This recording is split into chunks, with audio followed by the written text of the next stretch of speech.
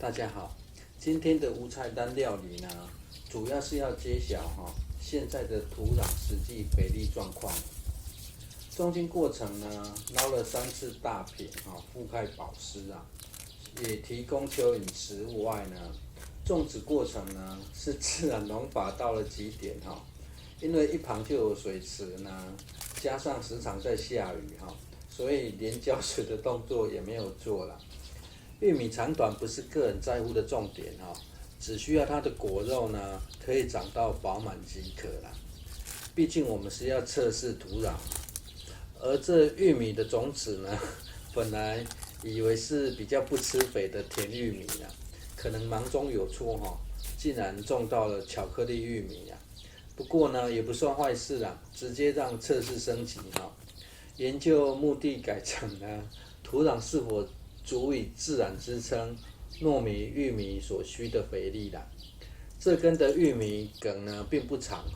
但是它上方的果肉呢算是非常油亮饱满啦。陆续一次采收完之后呢，发现其他玉米似乎长得更好既然目前土壤就可以支撑自然生长下一步的计划就是呢，把堆草槽原地重整拿来种植玉米呢，效果应该会好很多因此呢，打算进一步将堆草槽稀地化了。由于最近一直在下雨土壤湿黏不方便除草之外呢，另一个关键麻烦是草除完之后呢，没有好的位置可以堆放了。为了降低日后杂草长出的速率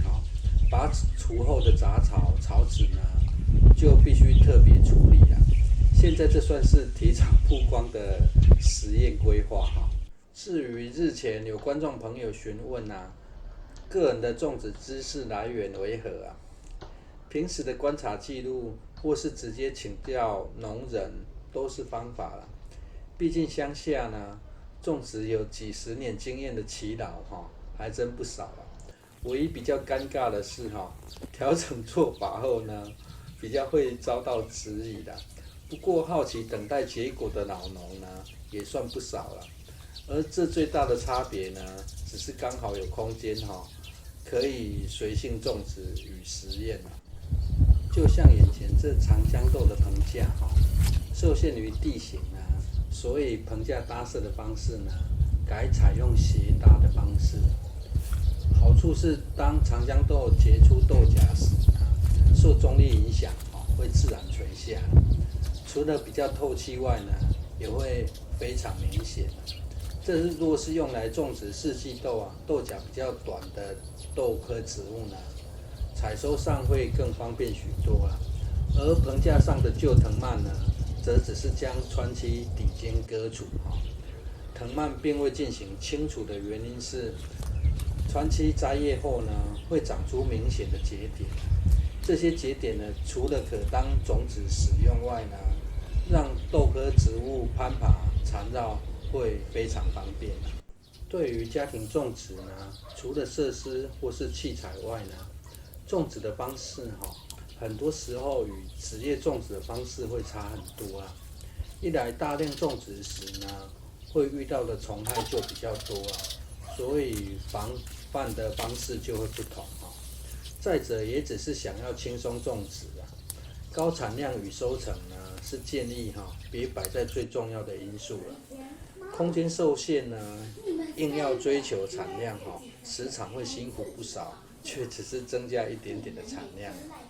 或许这跟每个人的价值观不同也有关系以下影片呢，分享给大家看一下家庭种植呢，真的不太需要在乎外界的投射眼光听故事的是异卵双胞胎但是听故事的专心程度却差很多了。如果双胞胎的反应都是这样的对于同一件事的接受度呢，差别就会这么大呢，又何必太在意别人不认同的眼光呢？谢谢收看。而小 P 说：“我为了安全，我用砖头盖。”